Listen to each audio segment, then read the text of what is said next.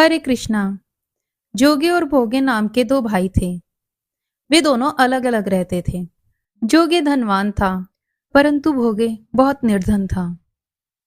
जोगे की पत्नी को अपने धन पर बहुत अभिमान था। वहीं भोगे की पत्नी बहुत सरल हृदय वाली थी। पितृपक्ष आने पर जोगे की पत्नी ने उससे पितरों का श्राद्ध करने के लिए कहा, तो जोगे ने इसे व्यर्थ का कार्य सोचकर टालने का प्रयास किया। किंतु उसकी पत्नी ने समझाया कि यदि ऐसा नहीं किया तो लोग बातें करेंगे। फिर उसे अपने मायके वालों को दावत पर बुलाने और अपनी शान दिखाने का ये उचित अवसर लगा। अतः वह बोली, आप शायद मेरी परेशानी की वजह से ऐसा कह रहे हैं, किंतु इसमें मुझे कोई परेशानी नहीं होगी। मैं भोगे की पत्नी को बुला लूंगी, दोनों मिलकर सारा काम कर लेंगी। फिर उसने जोगे को अपने पीहर न्योता देने भेज दिया। दूसरे दिन उसके बुलावे पर भोगे की पत्नी सुबह सवेरे आकर काम में लग गई। उसने रसोई तैयार की, बहुत सारे पकवान बनाए और अपने घर वापस आ गई। आखिर उसे भी तो पितरों का श्राद्ध तर्पण करना था। इस अवसर पर ना जोगे की पत्नी ने उसे रोका और ना ही वो रुकी। दोपहर हो गई थी। पितृभूमि पर उतर आए। जोगे भोगे के पितृ पहले जोगे के यहाँ गए तो क्या देखते हैं कि उसके ससुराल वाले वहां भोजन कर रहे हैं। निराश होकर वे भोगे के यहाँ गए।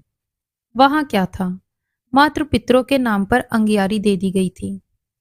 पितरों ने उसकी राख चाटी और भूखे ही नदी के तट पर जा पहुंचे। थोड़ी देर बाद वहां सभी पितृ इकट्ठा हो गए और अपने अपने यहाँ के श्राद्ध की बड़ाई करने लगे। जोगे भोगे के पितरों ने भी आप बीती सुनाई।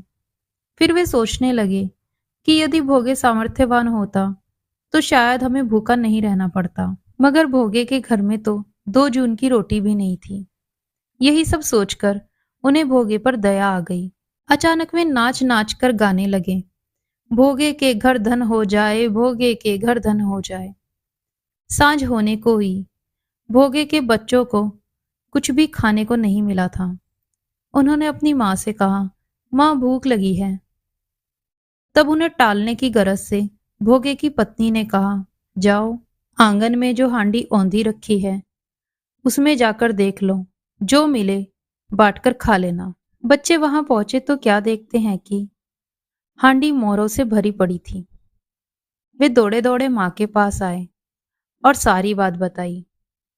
आंगन में आकर भोगे की पत्नी ने ये सब देखा तो वो भी हैरान रह गई। इस प्रकार भोगे भी धनी हो गया, मगर धन पाकर वह कभी घमंडी नहीं हुआ।